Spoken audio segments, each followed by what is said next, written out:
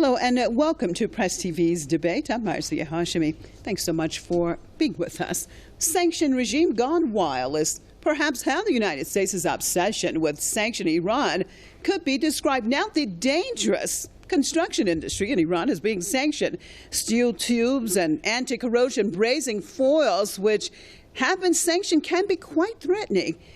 You may actually use them to build buildings. But really, what does the U.S. want by all these sanctions against Iran? Stay with us as we take a look at all of this on this debate. The administration of U.S. President Donald Trump is notoriously aggressive when it comes to Iran. Since May 2018, when the U.S. president pulled America out of the international Iran nuclear deal, Trump's team has been unrelenting in trying to mount pressure on Iran. America's maximum pressure campaign has become a brutal war, rarely, if ever, waged against any other nation. Trump's weapon of choice? Tough economic sanctions. The White House has tasked a team at the U.S. State Department to devise and enforce any measure they can think of. From Iran's oil sector to its petrochemical industry and banking, no stones unturned. The campaign has been indiscriminate. For instance, many firms and financial institutions which are vital in importing medicine have been blacklisted by the U.S. State Department. There have been numerous warnings against the dangerous policy. It's having a grave impact on Iran's civilian population. A few days ago, Human Rights Watch warned that the broad sanctions have seriously limited Iran's ability to purchase humanitarian goods, including medicines, threatening the people's right to health. But for Trump, the end seems to justify the means. This week, in a defiant move, Trump's team imposed sanctions on Iran's construction sector, claiming that it is directly or indirectly controlled by Iran's Islamic Revolution Guards Corps. The measure is believed to cause housing prices to soar further. The latest sanctions were announced just days after Washington launched a mechanism to allow, quote, permissible trade to support the Iranian people. America usually defends its sanctions policy, claiming that it is aimed at changing the behavior of unfriendly governments.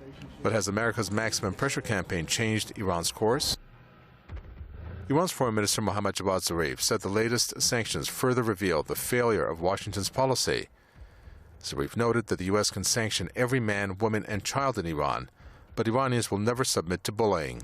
The top Iranian diplomat said instead of digging itself deeper, the U.S. should abandon its failed policy and return to the nuclear deal. Tensions between Iran and the U.S. have soared to rarely seen levels since the U.S. scrapped the deal, also known as the Joint Comprehensive Plan of Action. Two sides even came closer to an open military confrontation in recent months. The U.S. says its intensified anti-Iran campaign is aimed at forcing the Islamic Republic to sit down and negotiate a new, more comprehensive deal. It is now doing all that it can to make it impossible for the remaining parties to the JCPOA to preserve it. But Tehran insists that it will never capitulate to coercion. Tehran says America's withdrawal from the 2015 deal destroyed what was left of America's credibility. In response to America's withdrawal, Tehran began reducing its commitments under the Joint Comprehensive Plan of Action months ago. It says that it will scrap more commitments if the U.S. refuses to lift its sanctions. Since May 2018, Iran has somehow managed to resist the harshest sanctions ever imposed against any country in history. For Iran, the worst of the storm seems to be over. The latest sanctions are unlikely to have a serious impact on Iran's resolve. Well, I'd like to welcome my guest to the program, publisher and editor, Politics First, Marcus Papadopoulos, out of London, and political analyst and founder, AK Consulting, Adriel Consanta, also out of London. Welcome, both of you, to the program. Well, let's start this off with Adriel. Why do you think the U.S. is so obsessed with sanctioning Iran? Well, the United States is so much obsessed with sanctioning Iran in order to change the people's behavior in Tehran, so that the people, by meeting the consequences, the harsh consequences of the sanctions, will somehow abandon the support for the current regime, and by this very means will affect United States through its sanctions, through changing the behavior of Iranian people. They somehow think that Iranian people will contribute to the regime change attempts by the United States by withdrawing its support for the current regime. So I think that it's pushing the Iranian society to the limits in its goal to somehow get rid of the current regime in Tehran. Well, Marcus, I mean, since Washington has been sanctioning Iran for just about 40 years now, and Tehran is still thriving, isn't that a sign that the sanctions really are not effective? Well, the case of Iran is a major demonstration of how America is morally bankrupt. Because here we are again with a fresh round of American sanctions on Iran, which in essence are targeted at the Iranian people, which will adversely affect the lives of ordinary Iranian men, women and children. That demonstrates on its own how wicked and shameful American foreign policy is. But I think it also demonstrates something that I have said on Press TV for a number of years now, that whilst we can never rule out or ignore the possibility that the Americans could embark on some sort of military crusade against Iran, I consider the military option to be most unlikely due to a number of reasons. What I, however, do believe is that the Americans feel that placing sanctions on Iran is, in Washington's opinion, the most viable way of achieving a long-term objective, an objective which has been around for 4 decades now, ever since the Iranian Revolution, which is, of course, namely, to overthrow the Iranian government and to impose a pro-Western compliant government in Tehran. That is what the American objective is. I believe they feel that if you target Iran's jugular, which of course is its economy, then of course the whole house will come crashing down. Well, but they have been targeting the jugular for 40 years, as you said, and the house hasn't come tumbling down. So one would think, Marcus, that after 4 decades of trying to bring down the house and seeing that they have not, that their techniques or tactics would change. Well, let me give this over to Adriel. Why do you think that we're continuing to see the same thing, just trying to put more and more pressure? I know you said earlier because they want to try to change the existence of the Islamic Republic, but one would think that when you've tried one option so many times and it has failed, that one would try a different option. Well, this is not clearly the case when it comes to the United States, and as you've described, this is a perfect prescription for a madness, according to Albert Einstein. But regardless, I mean, jokes aside, what we have on the table, as the previous commentator rightly said, they have only a viable option, which is sanction or the war. And if I mean, United States is mad. I mean, the Washington hoax are mad, and they're really bloodthirsty when it comes to the current regime in Tehran. But they are not as mad as we could assume that they are mad. Because war is not an option for the United States. That would be a huge embarrassment for overblown military achievements and military might of the United States. That's why they can't allow themselves to enter. Why isn't war an option if their goal is to overthrow the government here in the Islamic Republic of Iran?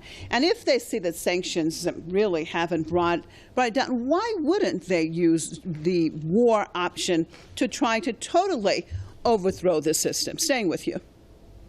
Yes, because they don't want to be seen as a bad guy. So it is a rhetorical game. So they want to frame. I think we need to understand the American exceptionalism.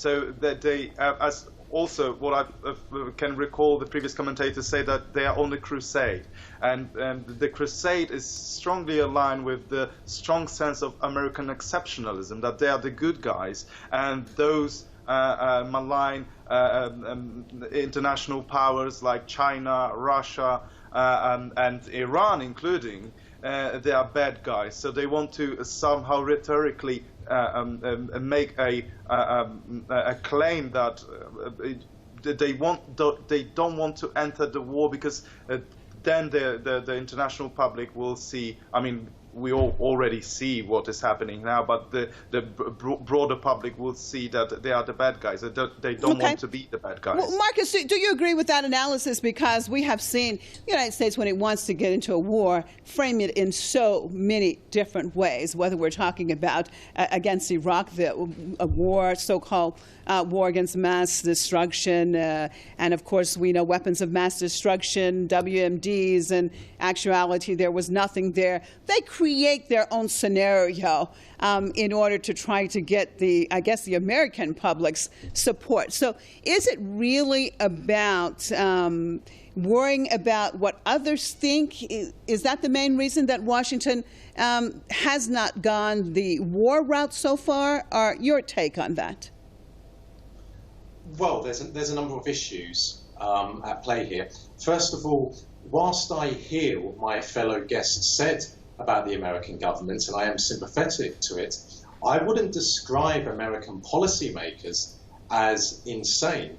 I would describe them as psychopathic, and I really do believe that American policymakers, largely speaking, are psychopathic.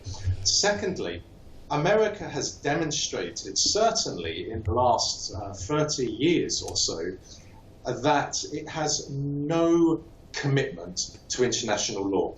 It has no commitment to the United Nations, and it certainly has no commitment to telling the truth. It creates a pretext. For example, it bombed the Serbs on the pretext that the Serbs were committing genocide, which of course was an utter and grotesque falsehood. It invaded Iraq on the grotesque falsehood that Iraq had weapons of mass destruction.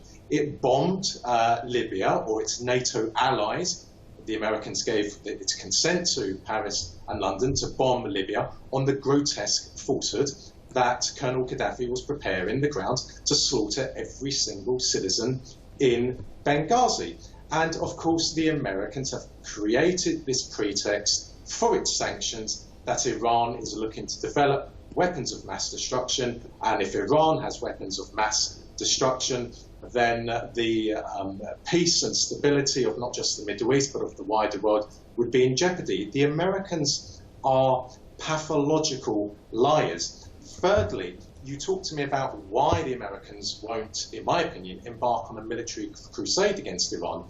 Well, because Iran, the Iranian military, is not the Iraqi military, and it's certainly not the Libyan military. The Iranian military is very large, it's very powerful, it's very well led. Morale amongst its troops is very high, and that was demonstrated during the war of aggression against Iran by Saddam Hussein. Saddam Hussein received weapons from the most powerful countries in the world, and yet who was supplying weapons to the Iranian military? No one was. Indeed, much of the Iranian military's arsenal was obsolete. They were relics, and yet look what happened on the battlefield. The Iraqi aggression was repulsed. And I think the Americans looked at that war and they thought, well, the Iranian people are natural fighters. And whilst Iranians will have different views when it comes to politics, they will subscribe to different ideologies, which is perfectly natural, perfectly normal, perfectly acceptable.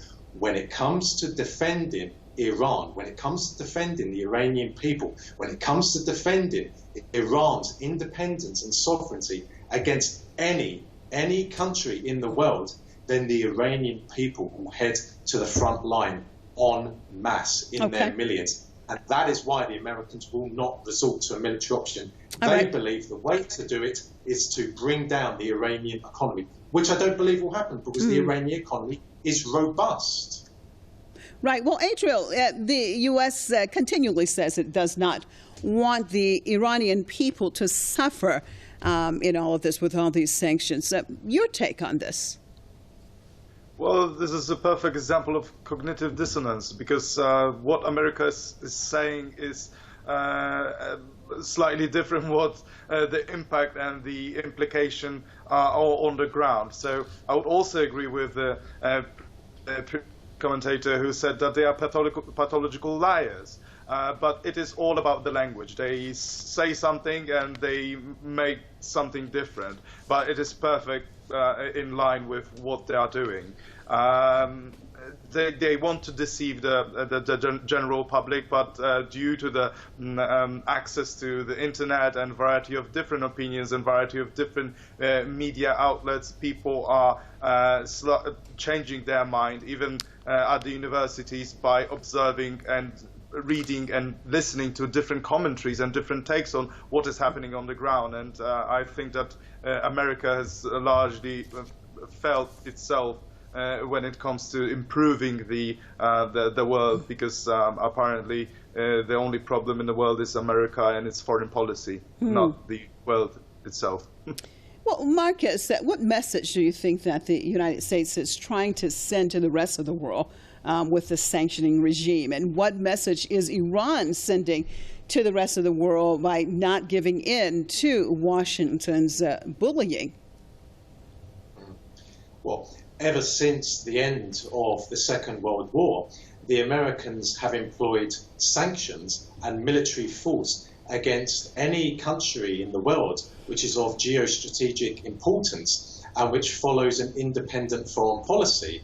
Now, we can say quite clearly and unequivocally that by employing sanctions and or military force against certain countries, the Americans are sending a warning to the rest of the world that if you oppose American global hegemony, then you will pay a price. You will pay an almighty price. We will either bomb you into submission, including dropping uranium as they did on the Serbs in 1999, or we will invade your country. We will destroy the infrastructure of your country, or we will send Wahhabist terrorists into your country to massacre tens of thousands of people, as the Americans did when they supported and facilitated the arrival in Syria of Wahhabist terrorists.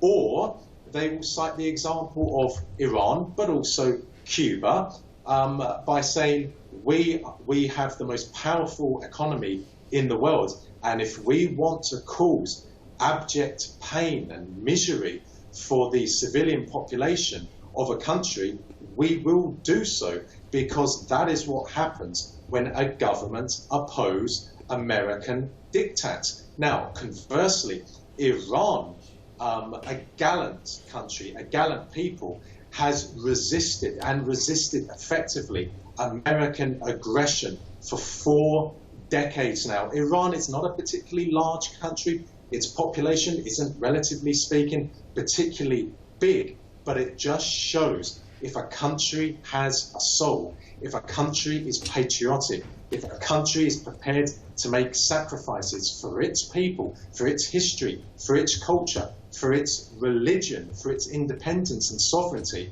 then that country can even defy a superpower. And Iran has shined a beacon of light to other countries in the world who are being targeted by Washington, countries such as Venezuela. And in that, I am mightily impressed and mightily proud of the astonishing achievements of the Iranian people in the last 40 years of keeping that rotten government, that is, the federal government of the United States of America, out of their country. Because let me tell you this, the Americans hate the fact that the Iranians worship God. The Americans want the Iranian people to worship the dollar, and the Iranian people, whatever their ideology, whatever their politics, will never tolerate that and will never submit to that. Well, Ariel, do you think that other countries are now waking up to what Washington is doing, not only to Iran, but even forcing other countries to abide by its demand and not even have transactions with Iran? Is this going to backfire as it affects more and more countries, not only sanctioning Iran, but those who want to do business with Iran?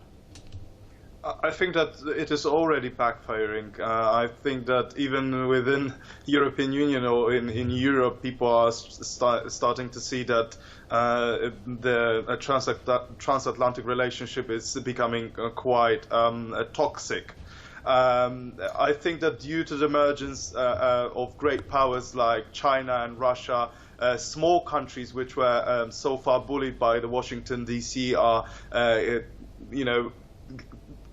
having much more confidence in supporting the very values that have been mentioned by the previous commentator, the sovereignty, the love for the culture, the love for the heritage, and love for the God.